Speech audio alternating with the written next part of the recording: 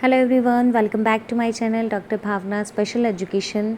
आज मैं सभी डिप्लोमा स्टूडेंट्स का डिप्लोमा जो भी आईडीडी, एचआई या फिर वीआई के स्टूडेंट्स हैं उन सभी का paper one introduction to disability ये आपका फर्स्ट ईयर का पेपर है और पेपर 1 है और यूनिट भी हम लोग अभी 1 कर रहे हैं, फर्स्ट यूनिट को कर रहे हैं, जिसमें कि हमने 1.4 तक हम लोगों ने ऑलरेडी कर लिया है और अभी हम लोग 1.5 करेंगे। तो हमारा जो टॉपिक है वो क्या रहेगा, concept, meaning and importance of cross disability approach and intervention. यानी कि क्रॉस डिसेबिलिटी उपागम, अप्रोच को कहते हैं उपागम, उपागम की अवधारणा, मीनिंग यानी कि अर्थ और इम्पॉर्टेंस को हम लोग कहते हैं महत्वता क्या है, एंड इंटरवेंशन क्या हस्तक्षेप है, हस्तक्षेप क्या है क्रॉस डिसेबिलिटी के लिए, तो वो आज हम लोग डिटेल में पढ़ेंगे। इसमें सबसे पहले हम लोग जानेंगे कि मीनिंग क्या है क्रॉस डिसेबिलिटी अप्रोच का, अर्थ क्या है। The cross disability approach acknowledges that disability is not confined to a single category of impairment but is a result of interaction between individuals and societal barriers। अब इसमें क्या कहा गया है कि जो क्रॉस डिसेबिलिटी अप्रोच है, तो क्रॉस डिसेबिलिटी अप्रोच हम लोग कह सकते हैं, उपागम लोग कह सकते हैं कि यह कोई विकलांगता की किसी भी तरह की सिंगल, हम लोग ऐसे नहीं कह सकते हैं कि ये श्रेणी है या किसी प्रकार की इम्पेयरमेंट क्षति है, पर यह क्या है, यह व्यक्ति और सामाजिक व्यक्ति मतलब व्यक्तियों के बीच में अंतःक्रिया हम लोग कह सकते हैं और जो सामाजिक बाधाओं के बीच में बातचीत करने का परिणाम को हम लोग कह सकते हैं कि क्रॉस डिसेबिलिटी अप्रोच है। अब सेकेंड इसमें क्या बोला गया है कि it seeks ensure that policies, programs and intervention consider the diverse experiences and requirement of individuals with disabilities, promoting equal opportunity and participation for all। अब जो क्रॉस डिसेबिलिटी अप्रोच है ये क्या करती है, इसका हम लोग अगर कहते हैं कि उद्देश्य भी क्या रहता है, ये सुनिश्चित करती हैं जिसमें कि नीतियाँ, कार्यक्रम, हस्तक्षेप विकलांग व्यक्तियों के विविध अनुभवों और आवश्यकताओं पर विचार करें। कि मतलब जितनी भी पॉलिसीज़ हैं या प्रोग्राम्स हैं या इंटरवेंशन हस्तक्षेप हैं, ये जो भी इंटरवेंशन प्रोग्राम्स भी व्यक्तियों को प्रोवाइड किए जाते हैं उस सब पर क्या किया जाना चाहिए, हम लोगों को विचार करना चाहिए और इन सब के लिए क्या करना चाहिए, इक्वल अपॉर्चुनिटीज़ को प्रोवाइड करना चाहिए। किन के लिए, इंडिविजुअल्स विद डिसेबिलिटी, जो भी भिन्न भिन्न हम लोग कह सकते हैं कि दिव्यांगताओं से ग्रसित है, उन सब को इक्वल अपॉर्चुनिटी, सभी को समान अवसर और भागीदारी को बढ़ावा देने के लिए क्या करना चाहिए, सुनिश्चित किया जाना चाहिए या इसके ऊपर वर्क किया जाना चाहिए। अब सेकंड है कि concept of cross disability, cross disability की अवधारणा क्या है, आप लोगों को 1 मार्क में भी पूछा जाता है कि क्रॉस डिसेबिलिटी क्या है, इसकी क्या अवधारणा है। The cross disability approach recognises that people with different types of disabilities face common barrier and challenges in a society। ये क्रॉस जो डिसेबिलिटी है या विकलांगता, ये क्या मानता है कि जितने भी प्रकार के दिव्यांगता वाले ग्रसित लोग हैं वो समाज में क्या है, उनके आम तौर से जो भी बैरियर्स हैं, ये चुनौतियां हैं वो सेम रहती हैं, उनकी जो भी बैरियर्स उनको फेस करने पड़ते हैं सोसाइटी में। इट प्रोमोट्स, अब सेकेंड केवल, it promotes the inclusion and equal rights of all individuals with disability regardless of their specific impairment or condition। ये क्या है, यह विकलांग व्यक्तियों के समावेश और समान अधिकारों को बढ़ावा देता है और उनके, हम लोग कह सकते हैं कि विशिष्ट हानि या स्थिति भी कुछ भी हो चाहे। अब क्रॉस डिसेबिलिटी में ऐसा नहीं है कि पर्टिकुलर एक ही डिसेबिलिटी आती है, नो, इसमें किसी भी प्रकार की डिसेबिलिटी वाला व्यक्ति है, चाहे हेयरिंग इम्पेयरमेंट है, एचआई या वीआई है या हो सकता है आईडीडी है, या किसी भी प्रकार की प्रॉब्लम वाला पर्सन है, उसको क्या है, सभी के लिए हम लोग कह सकते हैं कि सभी को समान अवसरों को प्रदान करने के लिए बढ़ावा देते हैं। The approach emphasizes the need to address disability as a social issue rather than focusing solely on individuals' impairment। अब इसमें क्या बोला कि यह अप्रोच जो है, अप्रोच हम लोग उपागम कह सकते हैं।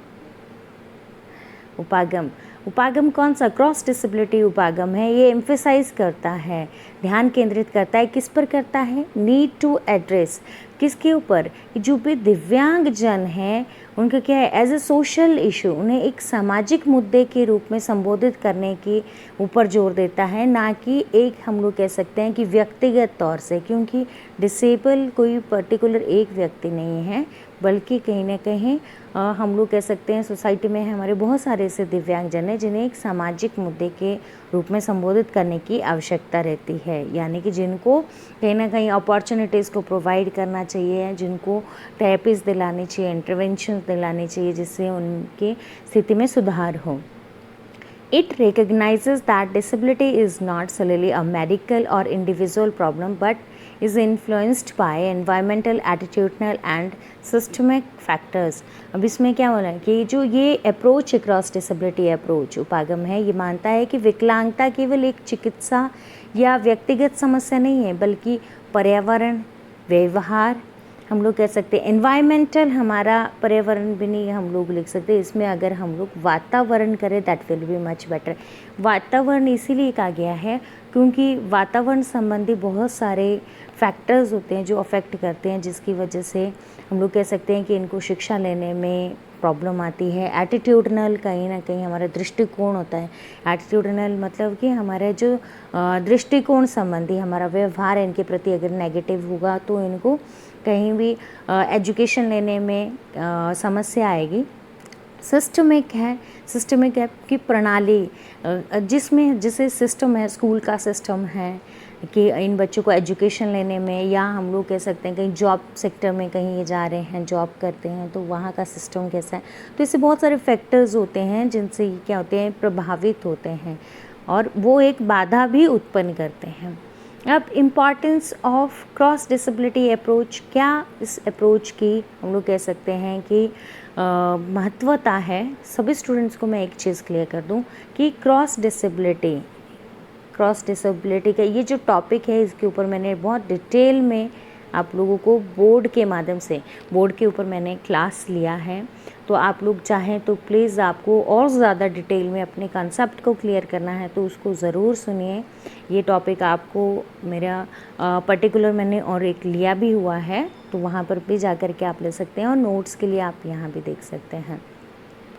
The cross disability movement has rainbow approach to include all those who are given a disability label. In fact, some have named in the movement of the disabled. Cross disability आंदोलन में हम लोग क्या कहते हैं कि सभी तरह के क्रॉस डिसेबिलिटी जो अप्रोच है इसको रेनबो अप्रोच भी कहा जाता है, इंद्रधनुष रेनबो अप्रोच भी कहा जाता है, क्योंकि इसमें कोई ऐसा नहीं है कि पर्टिकुलर एक ही डिसेबिलिटी आ रही है, इसमें सभी तरह की डिसेबिलिटीज़ आती हैं।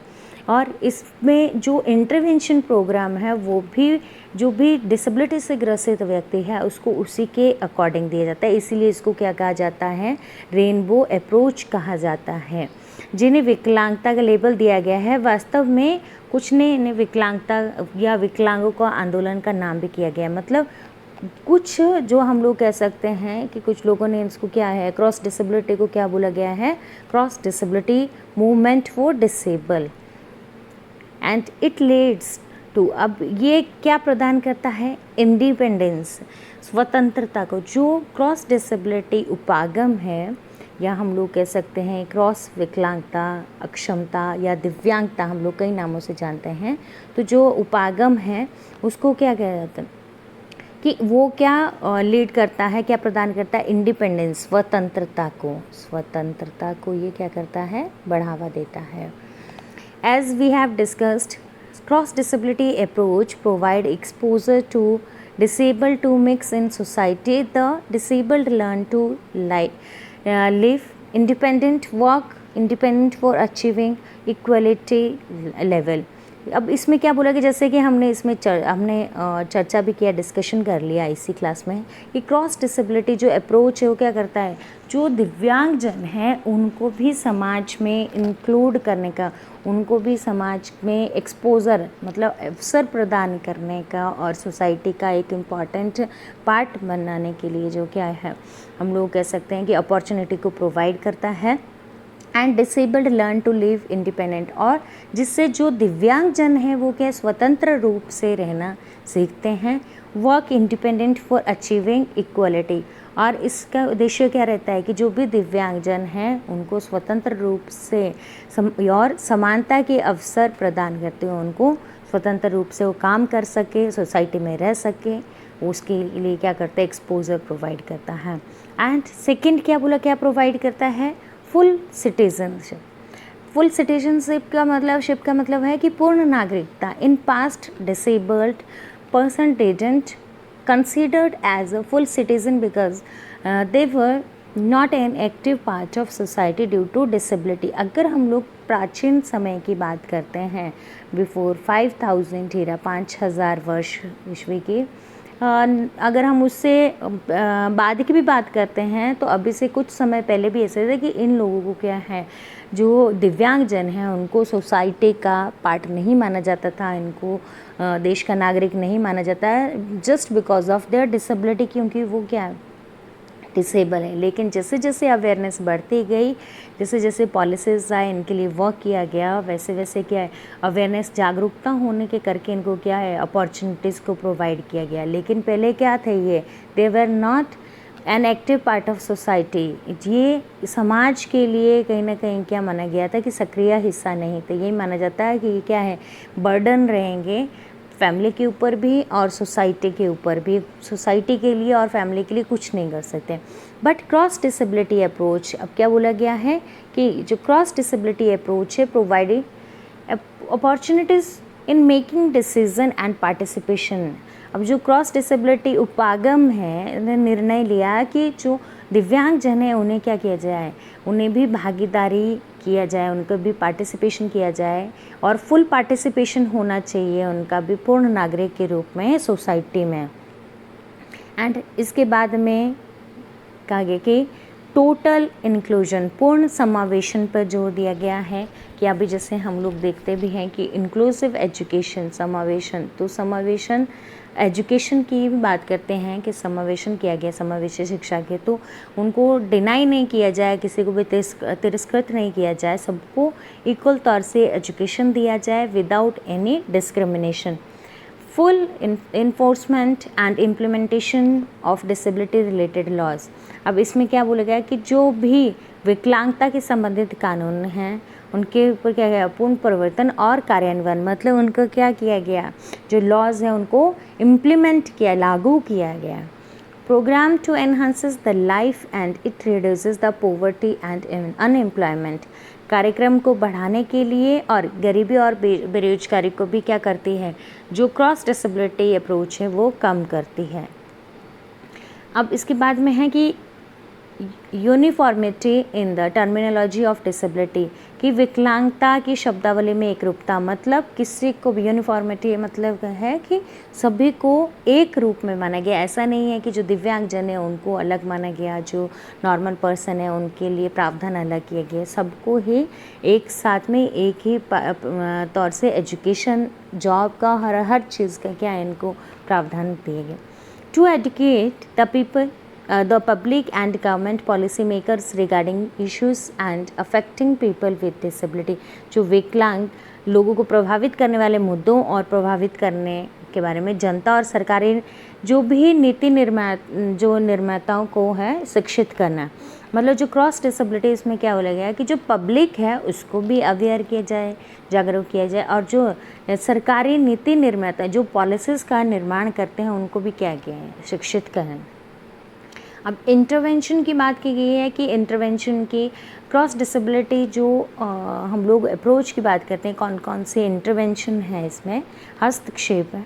तो इंटरवेंशन सबसे पहले हम जानेंगे कि intervention is specialised support for children with disability, सबसे पहले जो हस्तक्षेप है, हस्तक्षेप हम लोग कहते हैं कि कोई भी अगर हमें पता चल गया कि दिव्यांगजन है, कोई भी डिसेबिलिटी से ग्रसित है, वेदर HI से ग्रसित हियरिंग इम्पेयर्ड है या IDD है, तो उसको लेटर ऑन स्टेज पे हस्तक्षेप नहीं प्रोवाइड किया जाए। उसकी जो भी दिव्यांगता है उसको टाइम से प्रिवेंट करने के लिए या उसमें सुधार लाने के लिए हम लोग कह सकते हैं कि बहुत सारे मैनेजमेंट प्लान दिया जाता है, थेरेपीज दी जाती है जो सो दैट उसको क्या है रोका जा सके। तो इंटरवेंशन सिंपल सी चीज़ है कि इंटरवेंशन क्या है विकलांगता के क्षेत्र में, चाहे वो ऑटिज़म है, चाहे विकासात्मक देरी वाले बच्चे हैं या फिर किसी भी डिसेबिलिटी से ग्रसित हैं, उनके लिए विशेष तौर से क्या किया जाएगा, सहायता प्रोवाइड की जाएगी।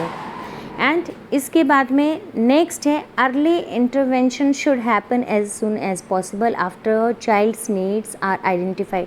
अर्ली इंटरवेंशन हम लोग कहते हैं शीघ्र हस्तक्षेप। तो माना ऐसे गया है कि 0 से लेकर के 6 इयर्स का जो पीरियड होता है वो क्रिटिकल पीरियड है। ये पूछा भी जाता है कि क्रिटिकल पीरियड कौन सा होता है, 0 to 5 या 6 इयर्स का, क्योंकि इस टाइम पे बच्चा एक कोरे कागज़ के समान होता है। बच्चा में जितने ज़्यादा हम इम्प्रूवमेंट करना चाहते हैं उतना हम जल्दी कर लेते हैं। इसीलिए क्या कहा गया है कि शीघ्र हस्तक्षेप जो है वो बच्चे में जल्द से जल्द करना बहुत ही ज़रूरी होता है। जब हमें पता लग गया है कि बच्चा किसी भी प्रकार की दिव्यांगता से ग्रसित है तो उसको टाइम से, जैसे अगर कोई फिज़िकली हैंडीकैप्ड है तो उसको, जो बच्चा 6 इयर्स तक का है तो इजीली उसमें हम लोग थेरेपीज़ के माध्यम से इम्प्रूवमेंट कर सकते हैं। जैसे बच्चे को अगर हमने कोई थेरेपी देनी है तो अगर कोई बच्चा सपोज़ कीजिए कि 15 साल का है तो बच्चे में स्पास्टिसिटी अकड़न आ जाती है, और वहीं अगर 6 साल का बच्चा है तो उसका शरीर जो बॉडी होता है वो फ्लेक्सिबल होता है और इजीली उसमें क्या है इम्प्रूवमेंट कर सकते हैं और एक्सरसाइज भी करवा सकते हैं।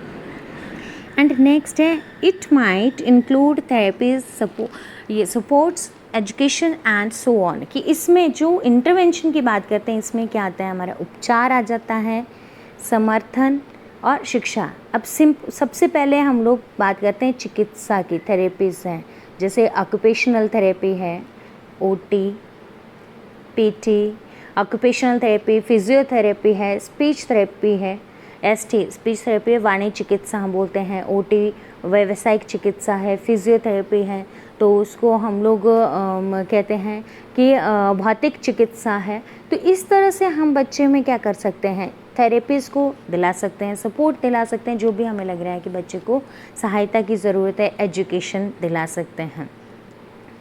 इंटरवेंशन फॉर डिसेबिलिटी, जैसे आप पिक्चर में देख भी रहे हैं कि किस तरह की फ़िज़िकल हम लोग इंटरवेंशन दिला सकते हैं, साइकोलॉजिकल मनोवैज्ञानिक,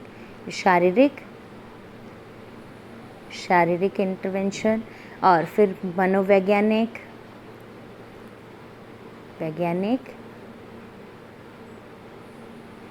वोकेशनल है, व्यावसायिक, हम लोग व्यावसायिक चिकित्सा, और शैक्षणिक हम लोग क्या कर सकते हैं, इंटरवेंशन बच्चे को दे सकते हैं या व्यक्ति को दे सकते हैं। बेनिफिट्स क्या हैं, अगर हम लोग बात करते हैं कि बेनिफिट्स ऑफ अर्ली इंटरवेंशन, कि शीघ्र हस्तक्षेप के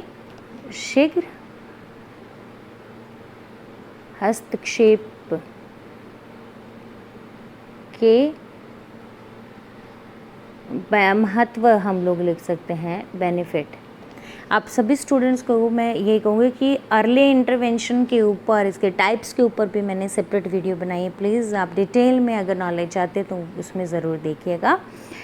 बेनिफिट्स अगर हम बात करते हैं तो ये क्या हेल्प करते हैं, helps children with disabilities, obvious है किसको हेल्प करेगी, who those are children with disabilities gain in cognitive, physical, language and social skills.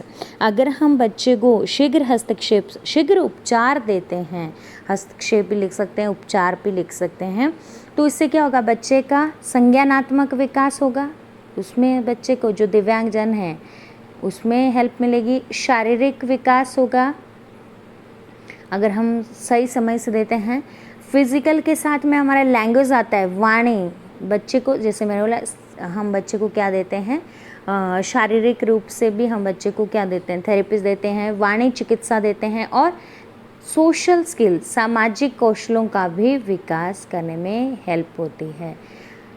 और इसके बाद में ये तो बच्चे के लिए था। अब क्या बोला गया है कि बेनिफिट्स ऑफ फॉर फैमिलीज़ की, जो फैमिली मेम्बर्स हैं उनके लिए क्या हेल्प रहती है इंटरवेंशन की।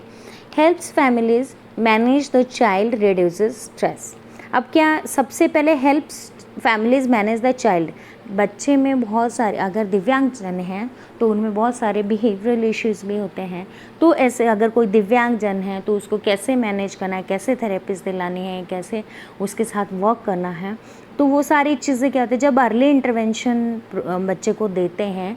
अभी जैसे बच्चा फिज़िकल हैंडीकैप्ड है तो मदर के लिए अगर छोटा बच्चा है तो उसको बहुत इजी होता है कि उसको बच्चे को उठा करके कहीं भी ले जाना, उसको नहलाना धुलाना। लेकिन जैसे जैसे बच्चे की एज बढ़ती है तो वो ही माँ के लिए एक बहुत ही ज़्यादा हम लोग कह सकते हैं कि टफ़ हो जाता है वो सब चीज़ों को करवाना बच्चे के लिए, जो कि एक अर्ली स्टेज पे कराती है। लेकिन अगर बच्चे का अर्ली स्टेज पे ही बच्चे को इंटरवेंशन, उपचार दिया जाता है तो उससे क्या हो जाता है, बच्चा इंडिपेंडेंट हो जाता है और पेरेंट्स के लिए भी मैनेज करना जो है बच्चे को ईजी हो जाता है। रिड्यूसेस स्ट्रेस, जो तनाव होता है उसको भी क्या कर सकते हैं, तनाव को भी कंट्रोल कर सकते हैं। पेरेंट्स को बहुत ज़्यादा जो स्ट्रेस हो जाता है तो उसको भी कम करने में हेल्प मिलती है। And benefits for society. अब फर्स्ट क्या है, reduces need for institutional placement. अब इसमें क्या है कि इंस्टीट्यूशनल प्लेसमेंट में जो भी हम लोग कहते हैं संस्थागत हम लोग प्लेसमेंट करते हैं तो उसमें भी क्या हो जाती है, कम करने की आवश्यकता रह जाती है। Reduces need for special education. अब अगर हमें लग रहा है कि बच्चे को अर्ली स्टेज पे बच्चे को इंटरवेंशन मिल गया तो बच्चा जब वो इम्प्रूवमेंट हो जाता है तो ज़रूरी नहीं है कि उसको विशेष स्कूल में ही भेजा जाए, उसको इंक्लूजन किया जा सकता है, उसको नॉर्मल बच्चों के समान एजुकेशन दी जा सकती है।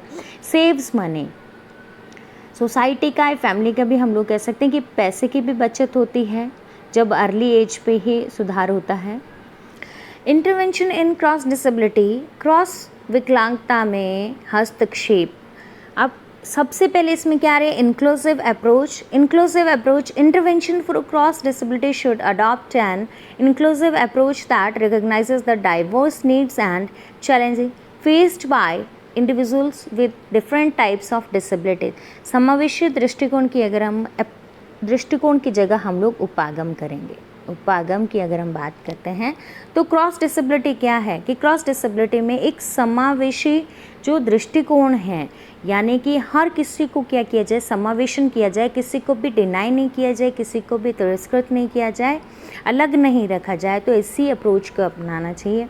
एंड जो विभिन्न प्रकार की विकलांगता वाले बच्चों को या व्यक्तियों द्वारा सामना किए जाने वाले जो भी डिफरेंट टाइप्स की हम लोग कह सकते हैं कि उनकी नीड्स हैं, आवश्यकताएं हैं या चुनौतियों को पहचानता है।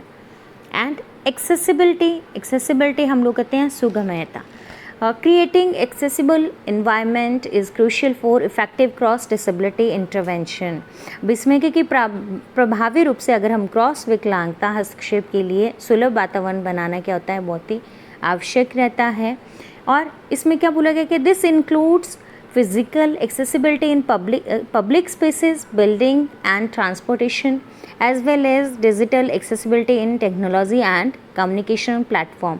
इसमें क्या बोला गया है कि सार्वजनिक स्थानों में, इमारतों में भौतिक हम लोग परिवहन में भौतिक पहुंच और प्रौद्योगिकी मतलब कि हम लोग टेक्नोलॉजी की बात कर रहे हैं और प्लेटफॉर्म में भी डिजिटल पहुंच जो है शामिल है। अब सार्वजनिक स्थलों में हम लोग कहते हैं, सार्वजनिक स्थलों में कैसे कि जैसे रैंप की, लिफ्ट की व्यवस्था होना इमारतों में, और इसी के साथ हैं कि रेलवे से भी जो यात्रा करते हैं तो जो डिसेबल पर्सन होते हैं तो बिल्कुल एकदम ग्राउंड के साथ में ही उसका क्या होता है, स्टेप नहीं होता है और ग्राउंड के साथ टच करता हुआ जो डोर होता है, सो दैट वो इजीली व्हीलचेयर से भी चढ़ सके, तो ऐसी व्यवस्था होनी चाहिए। और इसी के साथ में बात करते हैं कि प्रौद्योगिकी और संचार प्लेटफॉर्म में भी डिजिटल पहुंच है। भी अगर हम लिफ्ट में भी देखते हैं तो वहाँ पे ब्रेल में भी लिखा होता है, जो भी हमें लगता है कि विजुअल इम्पेयर्ड है या टोटल ब्लाइंड पर्सन है वो भी इजीली लिफ्ट में आ जा सके। यूनिवर्सल डिज़ाइन, यूनिवर्सल डिज़ाइन को हम लोग कहते हैं सार्वभौमिक संरचना। अब सार्वभौमिक संरचना में क्या कहा गया है कि universal design principle should be incorporated into intervention to make product services and environment usable by individuals with different types of disabilities. इसमें क्या किया गया है कि सार्वभौमिक डिज़ाइन के जो सिद्धांत हैं उनको हस्तक्षेप में लिया जाना चाहिए सो दैट जो भी दिव्यांगजन हैं वो क्या कर सके, वातावरण को और जो भी सेवाएं हैं उनको, वो जो भी उनको फैसिलिटीज़ को प्रोवाइड किया जा रहा है या एनवायरनमेंट को क्या है वो उपयोग में ला सकें। एंड इसके बाद में नेक्स्ट क्या आता है कि एडवोकेसी एंड अवेयरनेस, वकालत और जागरूकता। Cross disability intervention should prioritise advocacy and awareness efforts to challenge stigma, promote the rights and inclusion for the individuals with disability. It involves promoting positive attitudes, dispelling myths and misconception and fostering an inclusive mindset in society। अब इसमें क्या बोला गया है कि जो वकालत और जागरूकता की बात कही है कि क्रॉस डिसेबिलिटी जो हस्तक्षेप है इसमें क्या किसको सबसे पहले हम लोग कह सकते हैं कि प्रायोरिटाइज होता है, प्राथमिकता दी जानी चाहिए। एडवोकेसी वकालत हम लोग कहते हैं, और अवेयरनेस जागरूकता को, एफर्ट्स टू चैलेंज स्टिग्मा कि किसके लिए, जो भी हम लोग कह सकते हैं दिव्यांगजन के प्रति बहुत सारे स्टिग्मा, इनको कलंक माना जाता है और बहुत सारे मिसकंसेप्शंस भी हैं। अगर हम लोग देखते हैं बहुत सारी गलत धारणाएं हैं, जैसे मिथ्स दी है, गलत धारणाओं को दूर करने के लिए पॉजिटिव एटीट्यूड को हम लोग कह सकते हैं कि डेवलप करने के लिए, उसको बढ़ावा देने के लिए क्या ज़रूरी है कि इन व्यक्तियों में वकालत और जो भी अवेयरनेस की भावना को डेवलप किया जा सके। Not only in disable person, जो दिव्यांगजन के अलावा नॉर्मल पर्सन भी है, सोसाइटी कम्युनिटी पर्सन भी है, उनमें भी जागरूकता को ज़्यादा से ज़्यादा विकसित किया जाए। और एडवोकेसी की अगर हम बात करते हैं, it is not single type, ऐसा नहीं है कि सेल्फ एडवोकेसी होती है, स्वयं के लिए ही वकालत करता है बच्चा। जो दिव्यांगजन स्वयं के लिए वकालत नहीं कर सके हैं तो डिफरेंट टाइप्स की वकालत रहती है, जिसमें हम लोग सिटीज़न एडवोकेसी कहते हैं, इंडिविजुअल एडवोकेसी कहते हैं, ग्रुप एडवोकेसी कहते हैं, सेल्फ एडवोकेसी कहते हैं। तो जब कहीं ना कहीं सोसाइटी अगर अवेयर रहेंगे तो उस स्थिति में क्या होता है, कहीं ना कहीं हम लोग इनमें क्या कर सकते हैं कि अवेयरनेस के माध्यम से और सुधार ला सकते हैं। और इसके अलावा हमारा आता है policies and legislation. Government and organisations need to develop and implement policies and legislation that support cross-disability interventions. This includes establishing legal frameworks and protect the rights of individuals, disabilities, ensuring non-discrimination and accessibility and equal opportunity। नीति और कानून की बात की गई है, तो इसमें क्या कहा है कि सरकारों और संगठनों को उन नीतियों और कानूनों को विकसित करने और लागू करने की आवश्यकता, कि पॉलिसीज़ को विकसित करने के लिए, और ऐसे लीगल तौर से हम लोग कह सकते हैं कि कानूनों को हम लोगों को इम्प्लीमेंट करने की आवश्यकता रहती है। या बहुत सारे ऐसे, अब आज के टाइम पे हम कहते हैं कि बहुत सारी पॉलिसीज़ भी है जो वर्क कर रही है वो डिसेबल पर्सन, जो डिसेबिलिटी के कहीं ना कहीं हम लोग कह सकते हैं कि क्रॉस डिसेबिलिटी में इंटरवेंशन प्रोवाइड करने में हेल्प करते हैं। इसमें कानूनी ढांचे की स्थापना भी शामिल है। अगर अब हम लोग बात करते हैं पॉलिसीज़ की या इसकी, तो बहुत सारे अभी एक NPE की बात करते हैं, या SSA सर्व शिक्षा अभियान है, रमसा है, रूसा है। तो इस तरह के बहुत सारे हम लोग कह सकते हैं एक्ट्स भी हैं, जैसे नेशनल ट्रस्ट एक्ट है, PWD एक्ट है, RPWD एक्ट है। बहुत सारे एक्ट्स और पॉलिसीज़ हैं जो वर्क कर रही है दिव्यांगजनों के लिए, और वो किसको बढ़ावा दे रही है, जो दिव्यांगजन हैं उनके अधिकारों की रक्षा करने के लिए। नॉन डिस्क्रिमिनेशन हम लोग कहते हैं कि बिना भेदभाव के, गैर भेदभाव के उनके पहुंच और जो समान अवसरों को प्रोवाइड करने में वो क्या करती हैं, हेल्प करती हैं। And capacity building, intervention should focus on capacity building among stakeholders involved in disability related services, including healthcare professionals, educators, and इसके अलावा क्या बोला गया, एम्प्लॉयज़ एंड पॉलिसी मेकर्स की क्षमता निर्माण की बात कही गई है कि क्रॉस डिसेबिलिटी और क्या चीज़ कही है कि क्षमता निर्माण भी है कि कैपेसिटी बिल्डिंग भी क्या कहते हैं, हेल्प कहीं ना कहीं मिलती है, जिससे कि क्या होता है हस्तक्षेप को स्वास्थ्य पेशेवरों की अगर हम बात करते हैं, जो भी स्टेक होल्डर्स हैं in the field of health care और शिक्षकों का और जो नीति निर्माता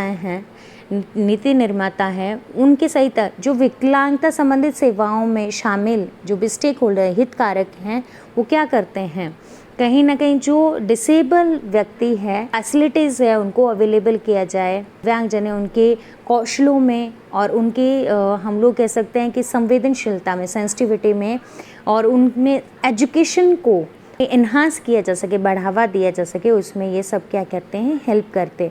कौन कौन हेल्प करते हैं, जो भी शिक्षक है या हेल्थ केयर या हम लोग कह सकते हैं जो थेरेपिस्ट हैं, ये सब क्या करते हैं, नीति निर्माता हैं, ये सब हेल्प करते हैं। एंड इसके बाद में नेक्स्ट है कोलैबोरेशन एंड नेटवर्किंग। कोलैबोरेशन हम लोग कहते हैं कि सहयोग और नेटवर्किंग। अब इसमें क्या बोला गया है कि कोलैबोरेशन अमंग डिफरेंट डिसेबिलिटी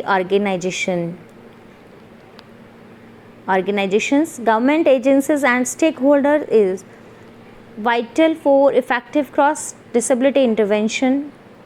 और इसमें क्या बोला गया है कि sharing resources, knowledge and best practices can optimise the impact and reach the interventions leading to improved outcomes for individuals with disabilities. के विभिन्न जो विकलांगता संगठन हैं, जैसे WHO की वर्ल्ड हेल्थ ऑर्गेनाइजेशन की बात करते हैं, UNCRPD है, नेशनल और इंटरनेशनल लेवल के भी बहुत सारे हम लोग कह सकते हैं एजेंसीज हैं और स्टेक होल्डर्स हैं, ये क्या है, एक दूसरे के साथ सहयोग करते हुए क्रॉस डिसेबिलिटी जो हस्तक्षेप हैं उसके लिए महत्वपूर्ण रोल को प्ले करते हैं।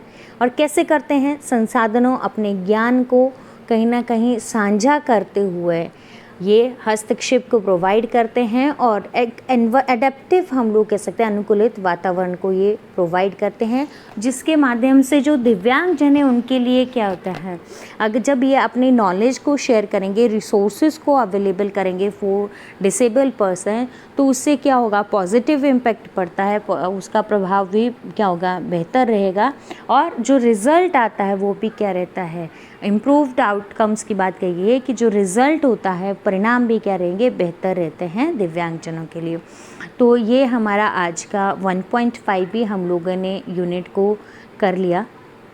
सो फर्स्ट यूनिट हमारी कंप्लीट हो गई है। आप लोगों को मैं इसके आज ही कंप्लीट नोट्स टेलीग्राम चैनल पर शेयर कर दूंगी। सब्सक्राइब नहीं किया है वो जल्द से जल्द सब्सक्राइब कर लें और दूसरे स्टूडेंट्स तक भी आप लोग चैनल को शेयर करें सो दैट वो भी बेनिफिट ले पाएँ। सो आई होप आप लोगों को अभी का टॉपिक क्लियर हो गया होगा। So thank you so much and keep